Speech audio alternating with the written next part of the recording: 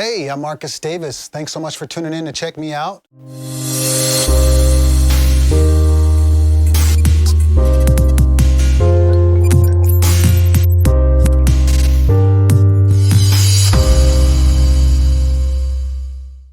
For those of you who are set up at home, just getting into really starting to mix vocals and try to get that sound that sounds commercially acceptable, this is going to be for you. We're going to dive right in. We're going to talk about everything from EQ, compression, de-essing, reverb, delay, panning. We're going to do about a 3-day series because there's a lot to cover. And I want to make sure I really dive into the detail and walk you through step by step, not just what the tools do, but my thought process when I approach working with vocals with these tools. So we're going to cover all those things. And yeah, hopefully it'll be helpful to you. So here's a track, courtesy of Billy Crawford. It's called Work in Progress. This is his vocal. So let's just take a listen real quick. This is with no effects on at all. I got trouble sleeping, demons that I'm keeping. It's like they moved a family in and ain't no sign of leaving.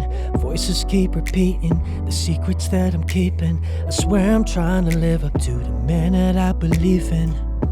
Okay, so great. So this is raw. This is probably similar to what you'd be hearing if you were to record at home. Nothing really special. We did this vocal in a bedroom on a good mic and a good preamp, but relatively pretty straightforward recording. There's a good performance there. We've also cleaned up the pitch a little bit, cleaned up the timing a little bit, but other than that, this is a raw performance.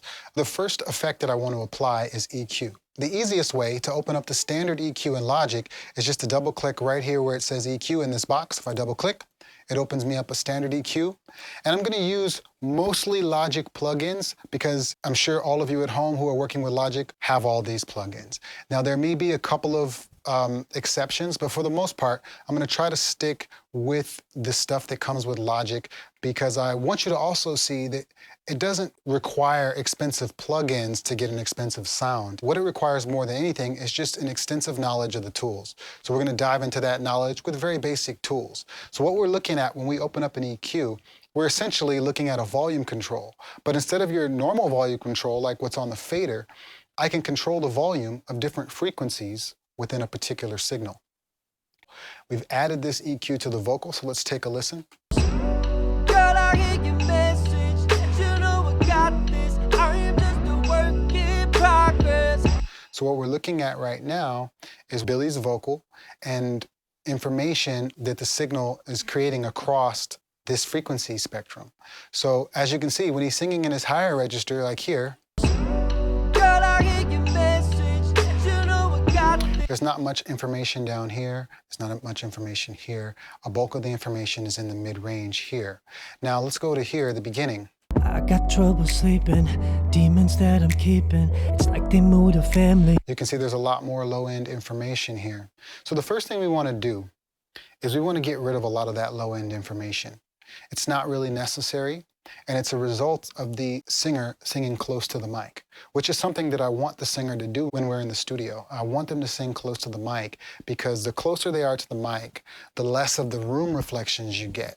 If you stand further away from the mic, what happens is you start to hear the reflection from the room, and that starts to sound like a hollow or like a reverb is being added. But when you get nice and close, especially when you're recording at home and you don't have a treated booth, the closer you get to that mic, not too close where your lips are touching, but if you can get pretty close within, 3-4 inches of the mic, you're going to get a nice full tone with minimum amount of room reflection, which is what we're going for. But the byproduct of singing that close to a microphone is you get a lot of low-end buildup in the frequency range. We want to get that low end out of there because it just sounds like mud when you put all the music in. The first thing we want to do with this EQ is just get rid of that. So what we're going to do is we're going to use what's called a high-pass filter. The reason why this is called a high-pass filter is because when you turn it on and you move it up the frequency spectrum, it is getting rid of the lows and allowing the highs to pass. That's where the terminology comes from. So all this information here is free to pass, and this information here, it's reducing. So we want to set our high-pass filter to 160 as a starting point. Now this is just a starting point. This is a safe place to set this to where we're not biting into too much of the body of the vocal, but we are definitely dealing with some of that low end buildup as a result of the vocalist singing close to the mic. First, let's listen. I got trouble sleeping, demons that I'm keeping. It's like they moved a family in and ain't no sign of leaving. Let's turn it off. I got trouble sleeping, demons that I'm keeping. It's like they moved a family in and ain't no sign of leaving. So you can really hear, by turning this on, we're already clearing out a lot of that low-end rumble that we don't really need. But the vocal's still there, it's still nice and rich, but we're just reducing that air that's at the lower range that's hitting the microphone. I got trouble sleeping, demons that I'm keeping. It's like they moved a family in and ain't no sign of leaving. All right, the next thing that we're probably going to want to do is address the boxiness of the vocal. And the boxiness usually happens because most of us aren't recording in perfectly treated booths. Some of us are recording in bedrooms. Some of us have makeshift booths. And what we find is we do get a little boxiness around the range between 300 hertz and 500 hertz. So right in here, you get a little bit of a boxiness to the tone. Let's just solo this real quick. I got trouble sleeping, demons that I'm keeping. It's like they moved a family in and ain't no sign of leaving. Voices keep repeating the secrets that I'm keeping. I swear I'm trying to live up to the man that I believe in. So I'm going to go right up to 500. I'm just going to type it in, 500. And I'm going to reduce it by minus 2.5 decibels. Now what we get from that is this. I got trouble sleeping, demons that I'm keeping. I'll turn it off.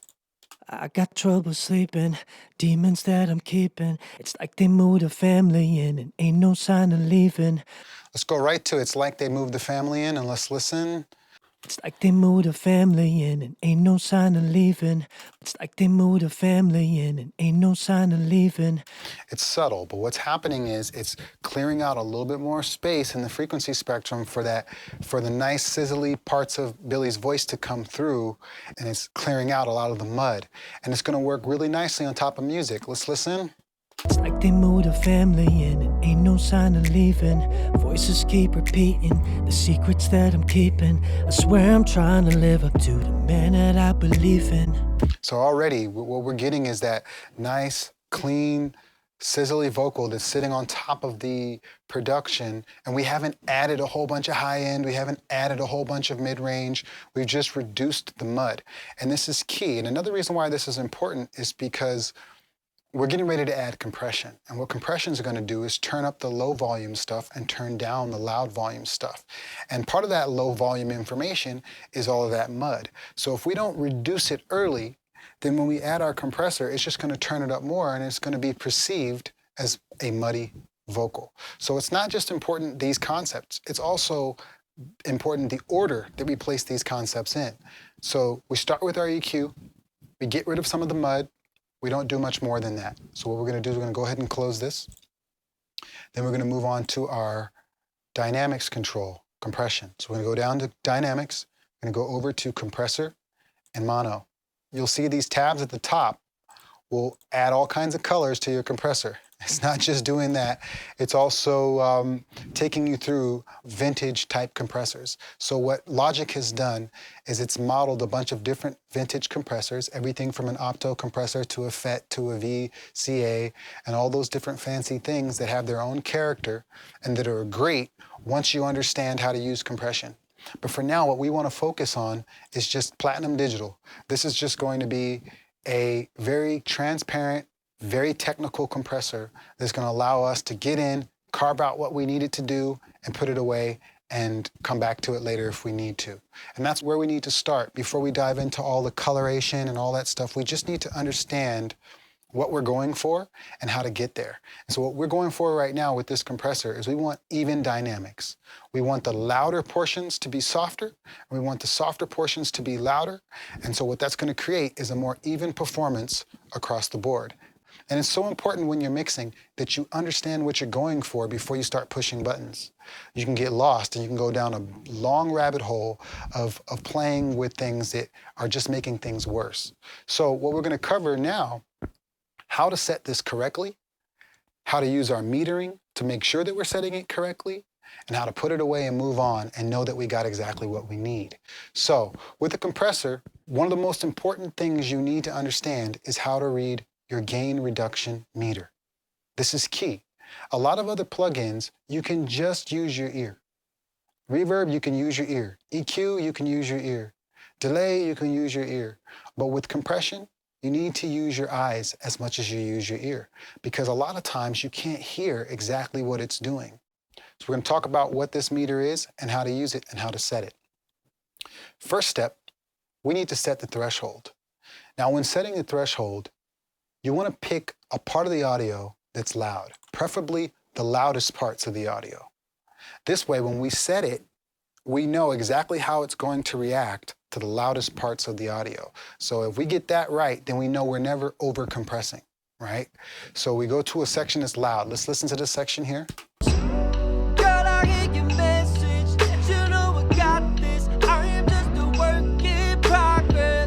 I picked this section because it has a lot of peaks, a lot of loud peaks and a lot of valleys. This is a good section to set a compressor. Okay, so that's what we're going to use to set our compressor. This is key. Make sure you pick the right piece of information to set your compressor. This is definitely it, okay? Now, first thing we want to do is we want to go ahead and set our threshold. Now, you'll notice if I set this threshold to 0 and I hit play,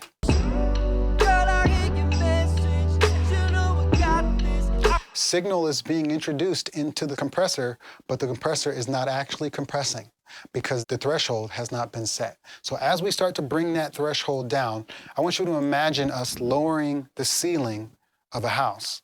And so as you lower that ceiling, you're going to start to see the signal start to hit the top of that ceiling. That's what we want. Now, when we're lowering the ceiling, we want to lower it to where the loudest points of the signal don't go beyond -10. -10 is our midway point. This means we're adding a medium amount of compression. We don't want to go past this point. We want to stay healthy in here. Maybe a loud peak comes all the way almost up to 10, but never past 10. So let's take a listen.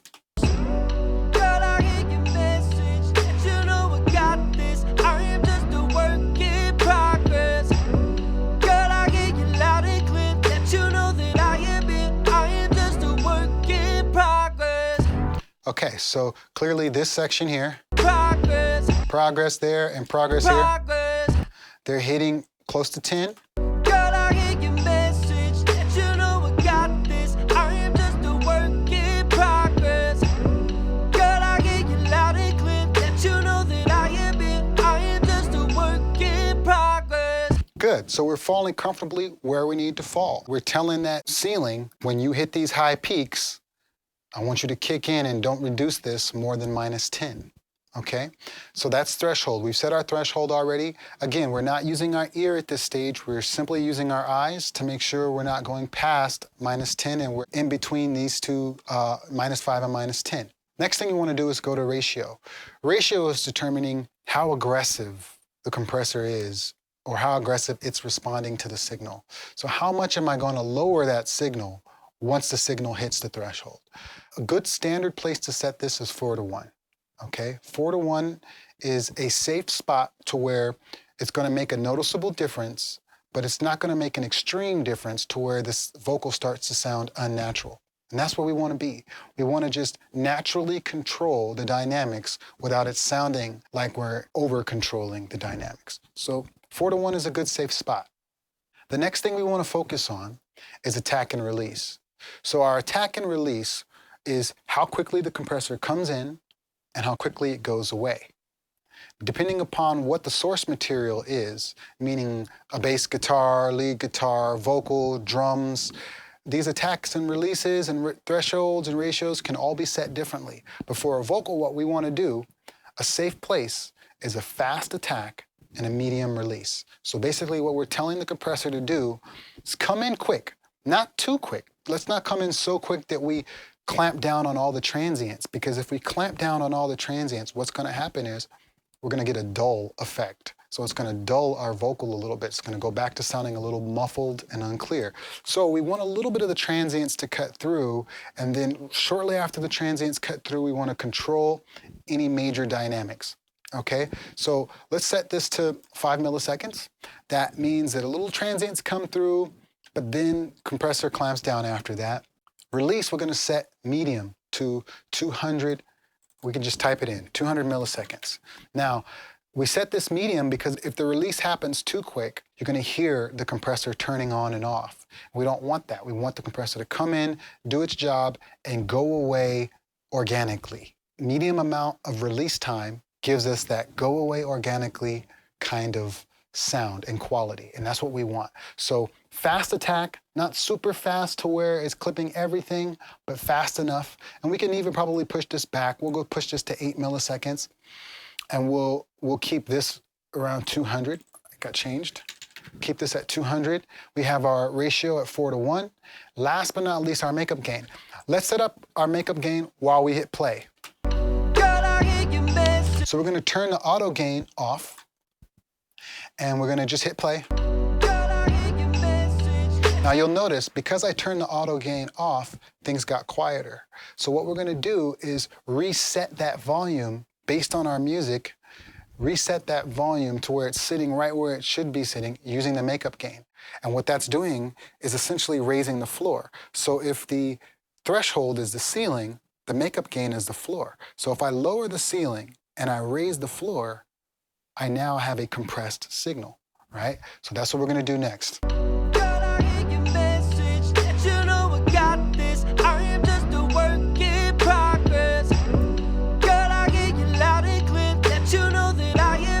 So now, as a result of setting my ratio and my attack and release, you can see the threshold now is going a little bit past 10. That's okay. We're just going to reset it.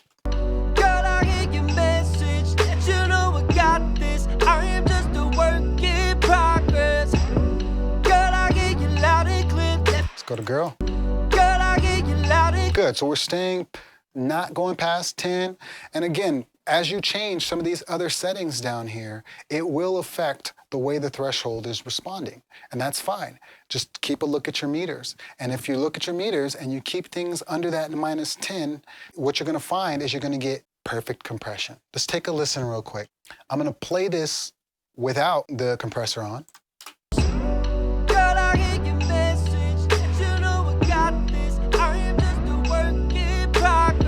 So I want you to hear how Girl I Hear comes out loud, and then things after that get a little quiet, and then it gets loud again at progress.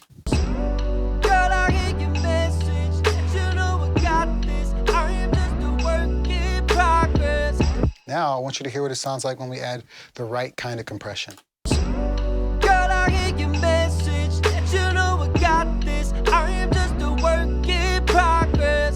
So the quieter stuff is louder, and the louder stuff is quieter, making for a more even performance. Much more controlled with it on, right? And that's all we want to accomplish there. And this is another thing to keep in mind when you're mixing.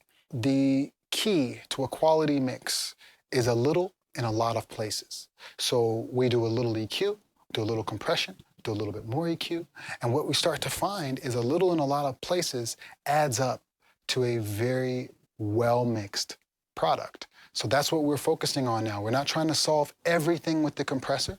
We're not trying to solve everything with one EQ. So now we've dealt with the initial EQ, initial compression. We're going to add another EQ.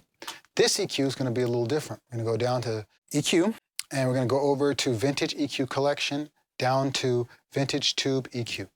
Okay? This is a Pultec. It's modeled after a Pultec, which is a famous EQ that's really good at adding low-end and really, really high-end sizzly stuff. So right now we're going to use it to add high-end sizzly stuff. Don't let it confuse you. We're only going to use 3 knobs here. We're going to use the high EQ knob, the boost knob, and then the drive. What the drive is modeled distortion that used to occur with analog gear. It's not the kind of distortion that you'd find on a guitar, or even the kind of distortion you'd find if you were to yell into a microphone and get that crackly sound. What this is harmonic distortion that adds color to a particular tone and to a particular frequency in a pleasant way. So what we're going to do is we're going to push this silky drive up to 6. When we start to EQ, it's going to give us that sizzle that we're looking for. So now the next thing we're going to do, we're going to select what frequency we want to work with. And in this case, we want to work with the 12 band. So we just click on the 12. This thing drops to the 12. Why the 12? The 12 is our air frequency. So by boosting this, what we're boosting is we're boosting all the whispery tones and the air that happens at the top end of a vocal, and that helps the vocal cut through the mix nicely and give us a really sexy, intimate sound at the same time. So we selected our frequency. Now we are going to boost that frequency with this knob. We're going to push this all the way to 5. Now that's 5 decibels of 12 kilohertz. That sounds like a lot, but when you're working with an EQ like this that is very musical, you can push it a lot harder than most other EQs and still get a very pleasant, not overprocessed sound. So let's take a listen. Girl, I hear your message, that you know I got this. I am just a work in progress. We turn it off. Girl, I hear your message, that you know I got this. I am just a work in progress. You see how when I turn it on, the sizzle comes out just a little bit. When I turn it off, things just get a little duller, right? But that's 5 dB, and we're still just getting a nice, pleasant sizzle that's just sitting on top there. Nothing major. And that's all we need to do with this module. We close this module. So what we've done so far is we've added our corrective EQ, where we're reducing the frequencies we want to hear less of, which are the mud frequencies. And then we've added a compressor, which is just controlling the performance, and we've set the threshold by using the loudest part of the performance. We've set the ratio and the attack and release based on standard practices used for vocals. We've set the makeup gain just to bring back some of that volume that we lost. Then we have moved on to the final EQ, which is an EQ for flavor, an EQ for taste. It's like adding garlic to a meal, right? So salt and pepper are cool, but now we're going to just add a little sophistication, a little flavor profile with this EQ. So this EQ we're not using to correct, we're using to shape a tone that we want. A good rule to keep in mind is when we're shaping, when we're adding garlic, that's when we add. That's when we add EQ. When we're fixing, we're reducing EQ. So in the beginning, we were fixing. We're getting rid of mud, we're reducing. Now we're shaping, adding color, that's when we're turning up. And we're turning up using quality EQs that create pleasant harmonics. And that's what we get. Now watch what happens if I turn those off. Girl, I hear your message, that you know I got this. I am just a work in progress. This is with them on. Girl, I hear your message, that you know I got this. I am just a work in progress. I like what I'm hearing so far. I'm getting that nice high-end sheen. I'm getting a controlled performance from top to bottom of the loudest section of the song. I'm getting no real mud buildup. Even if I go here to the beginning where his voice is singing in the lower register, what I should hear is a full voice that doesn't sound muddy. I got trouble sleeping, demons that I'm keeping. It's like they moved a family in and ain't no sign of leaving. Let's turn it off. I got trouble sleeping, demons that I'm keeping. Hear the difference? It's doing the right things in the right places that have the biggest impact and understanding what you're going for. And that's why I'm taking the time to really focus on these principles, because these are the building blocks for every other aspect of mixing, for every other effect. There's only 4 building blocks really, and it's EQ, reverb, compression, panning. Those are the main 4 that create just about everything else we've grown accustomed to hearing and mixing. So if we understand those 4 well, we can get the fundamentals right and everything else is just extra. It's no different than math. You have addition, subtraction, multiplication, and division, and everything else are just derivatives of those 4. To prove exactly what I just said, we're going to add a deesser. Now, I'm not going to use the standard Logic deesser because it doesn't sound very good, at least not the version that I have. So I'm going to use Waves deesser. And this deesser, as fancy as it may appear, all it actually is a compressor that's focusing on the upper range frequencies. And we can set that frequency range here. So there you go. It's a compressor and an EQ combined to create a deesser. We're going to go male S. It sets the frequency range to 4,500. Then we have a threshold, very similar to a compressor. And then this is going to be our gain reduction. So what we're going to do, we're going to set this to wide so it's picking up as much of the frequency as it can. What I want out of this deesser is, at the worst S's, I don't want it to fall below -6. That's a medium amount of de-essing. Now you have to be careful with de-essing. If you over de-ess, the singer will start to sound like they have a lisp. And we don't want that. We just want to naturally control the S's. And so this is another one of those things where we have to use our eyes and our ears. Let's go to a loud S. Ain't no sign of leaving. Voices keep repeating. Voices, you can see it's falling below the 6. I'm going to bring the threshold up a bit. Ain't no sign of leaving. Voices keep repeating. The secrets that ain't no sign of leaving. Voices keep repeating. The secrets that I'm keeping. I swear I'm trying to live up to the man that I believe in. So great. So that's a heavy S section. Let's listen now with the deesser off. Ain't no sign of leaving. Voices keep repeating. The secrets that I'm keeping. Let's just listen to voices and secrets now with it on. Ain't no sign of leaving. Voices keep repeating. The secrets that I'm keeping. I swear I'm trying to live up to the man that I believe in. That's it. Put it away, right? If you start to feel later on that you're mixing, you're like, oh, you know what? The S's are being crunched at this later section, then open up your deesser and just pull that threshold back a little bit more. But don't spend too much time on that. Just get it sitting right there at the -6. Set the frequency scale, and you can load a preset for male or female. Set it to wide, and go. All right? And what you're going to get is something that is not over controlling the S's, but keeping the S's sounding natural. And that is the theme. Let's keep things sounding natural. We don't want things to sound unnatural and overprocessed. We can always do that later if we're going for a particular effect, but initially, we're going for a world-class performance. And the best way to do that is keep things sounding natural. So let's take a listen to what we have so far. I got trouble sleeping, demons that I'm keeping. It's like they moved a family in and ain't no sign of leaving. Voices keep repeating, the secrets that I'm keeping. I swear I'm trying to live up to the man that I believe in. Let's go to a loud section. Girl, I hear your message, that you know I got this. I am just a work in progress. Girl, I hear you loud and clear, that you know that I am it. I am just a work in progress. So we've come a long ways already.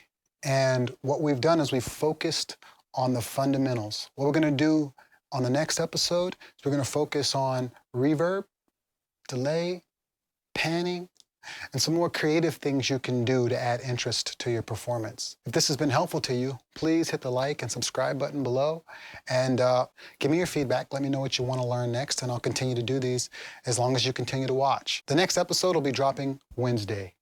Thank you. See you then.